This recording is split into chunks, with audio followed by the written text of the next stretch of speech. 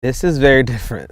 This is very different from normal life. It's not something I would necessarily choose to do, but that's the reason why I did it.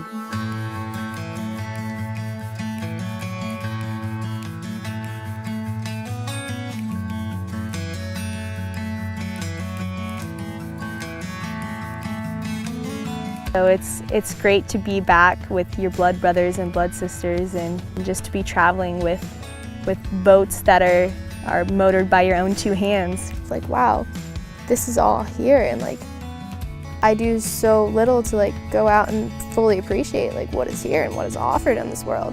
So it just makes you want to like go out more and like experience life more. I mean, we did like 4-ish miles, which I mean I never thought I could do before. I've never been in a canoe before. So it was nice to kind of see if I could do that, then I can definitely handle what's to come. I can handle more than I thought that I could before.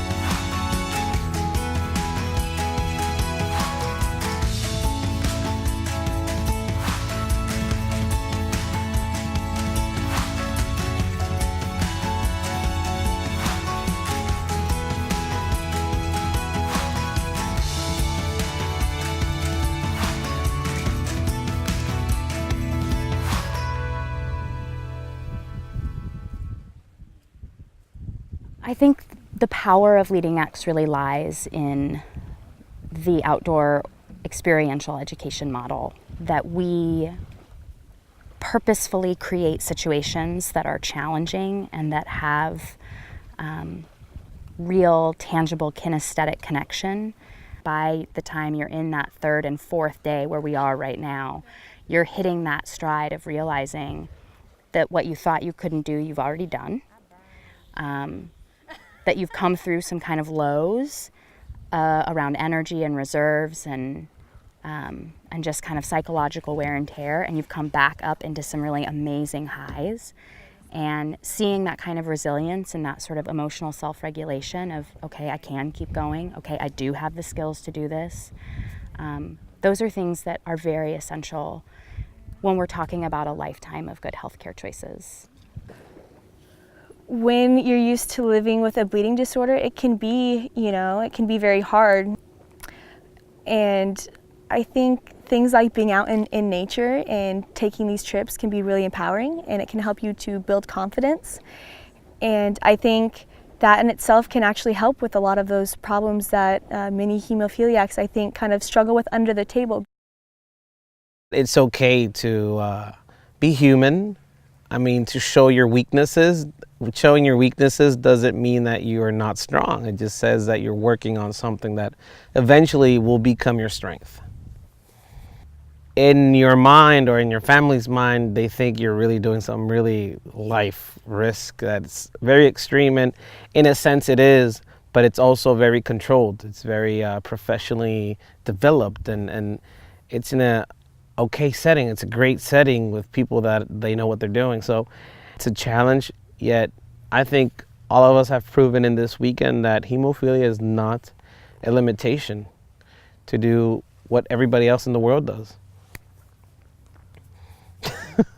So if something would happen to me, what would I do? Like, in case of an emergency, what would I do? In the day of a very physical, strenuous event or activity, infusing beforehand would be the best option if you're a severe.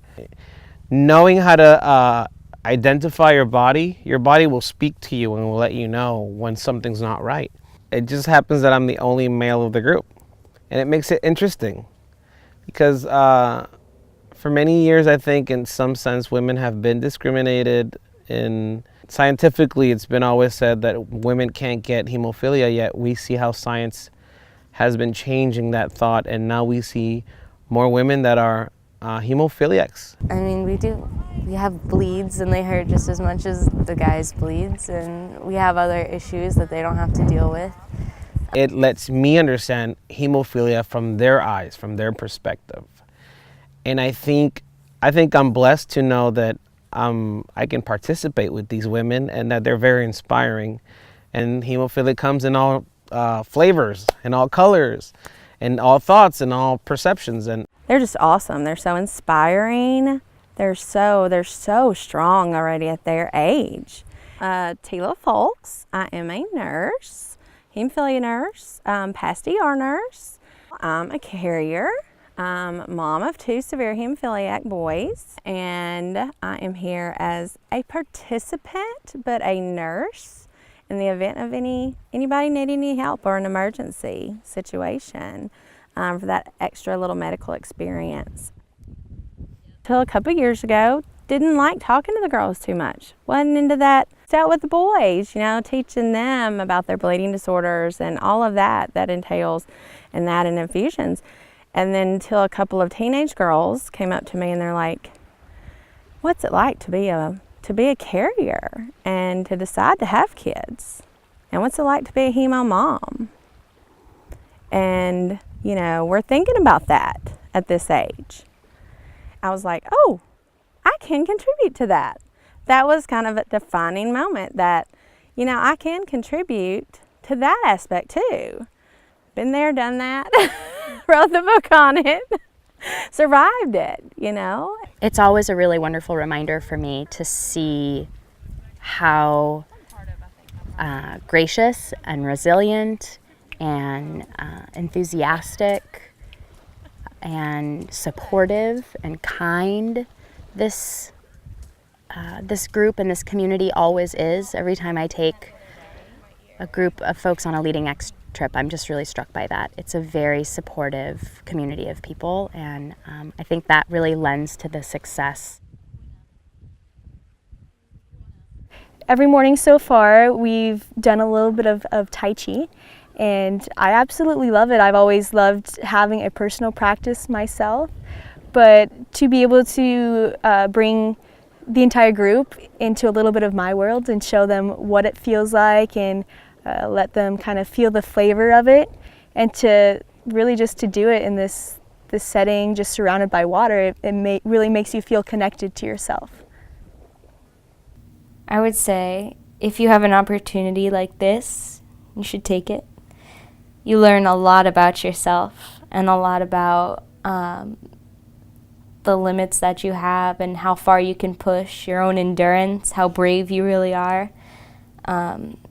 It's a very introspective experience, and to get to share that with other people who understand what you're going through is